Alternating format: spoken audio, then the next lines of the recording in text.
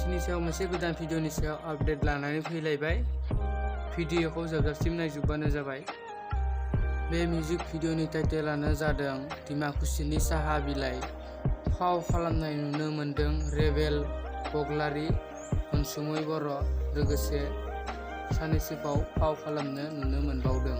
भिडिअखौ नायाखैबा डिसक्रिपसनाव लिंकखौ होनानै दोनदों, थांनानै क्लिक खालामनानै नायहैबानो जाबाय गासैबो।